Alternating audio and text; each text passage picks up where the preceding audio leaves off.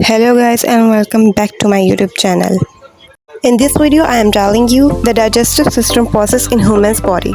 Digestive process starts from our mouth. Food enters the mouth where the teeth chew and saliva break down carbohydrates. Esophagus is a tube-like structure. Swallowed food passes through the esophagus into the stomach. Stomach acid and digestive enzymes break down proteins and fats.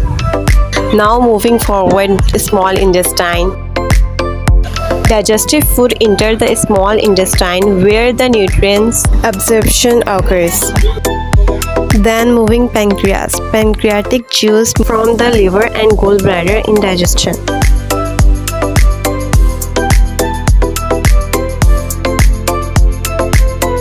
Now moving large intestine. Water and electrolytes are absorbed. The waste material is prepared for elimination. The last and final process in digestive system is rectum and anus. Now we discuss a few key points. Digestion is start in mouth and continues in stomach and small intestine. Nutrient absorption primarily occur in small intestine. The large intestine absorb water and eliminate waste. Do you want one?